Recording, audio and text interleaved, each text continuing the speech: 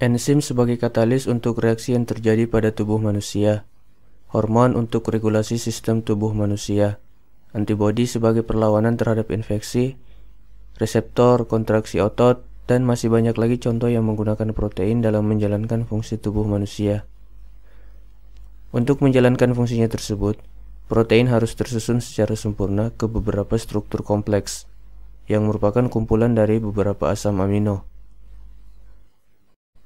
Asam amino yang terdiri atas gugus atau grup karboksil dan amina, dan rantai sampingnya merupakan monomer, atau suatu unsur dasar yang membentuk molekul yang lebih kompleks, yaitu protein sebagai polimernya. Bentuk kompleks dari protein setidaknya ada 4 bentuk, yaitu primer, sekunder, tersier, dan kuartener. Penting untuk mempelajari struktur kompleks dari protein ini, baik dalam mempelajari bentuk normal protein untuk fungsi tubuh, ataupun dalam mengetahui beberapa penyakit yang sangat berbahaya yang terjadi akibat dari permasalahan pada penyusun struktur protein. Struktur pertama, yaitu struktur primer protein. Bentuk primer protein adalah bentuk protein yang paling sederhana, hanya merupakan suatu rangkaian atau deretan asam amino yang berikatan satu sama lain. Penting untuk mengetahui struktur primer ini utamanya saat akan mempelajari penyakit genetik yang terjadi akibat urutan asam amino yang tidak normal pada protein.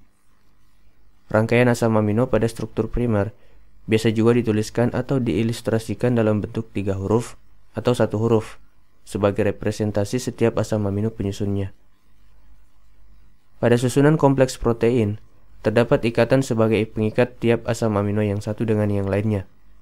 Pada struktur primer ini, asam amino satu dengan asam amino lainnya berikatan melalui ikatan peptida, yang merupakan suatu ikatan kovalen.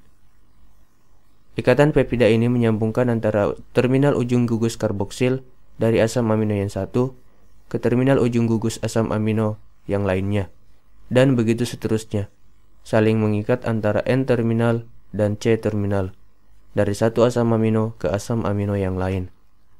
Umumnya, deretan asam amino dalam ikatan ini dibaca dari N ke C-terminal. Ikatan antara 2 asam amino atau lebih biasanya disebut peptida, dan kumpulan peptida disebut polipeptida, yang terdiri sekitar lebih dari 50 asam amino. Polipeptida yang terdiri atas banyak susunan asam amino inilah yang disebut protein. Dalam ikatan peptida yang terjadi antara asam amino yang satu dengan yang lain, nama tiap asam amino ini diistilahkan dengan istilah residu. Adapun beberapa karakter dari ikatan peptida ini adalah: pertama, partial double bond karakter, sehingga bentuknya rigid atau kaku dan planar. Sifat inilah yang memberi karakter pada struktur primer protein, sehingga bentuknya seperti rata atau lurus, dan terhindar dari rotasi atau putaran yang terjadi pada ikatan. Karakter selanjutnya adalah ikatan peptida ini kebanyakan berbentuk trans configuration dibanding cis configuration. Serta ikatan peptida ini juga merupakan struktur yang uncharged, tidak memiliki muatan, tapi bersifat polar atau tidak memiliki polaritas.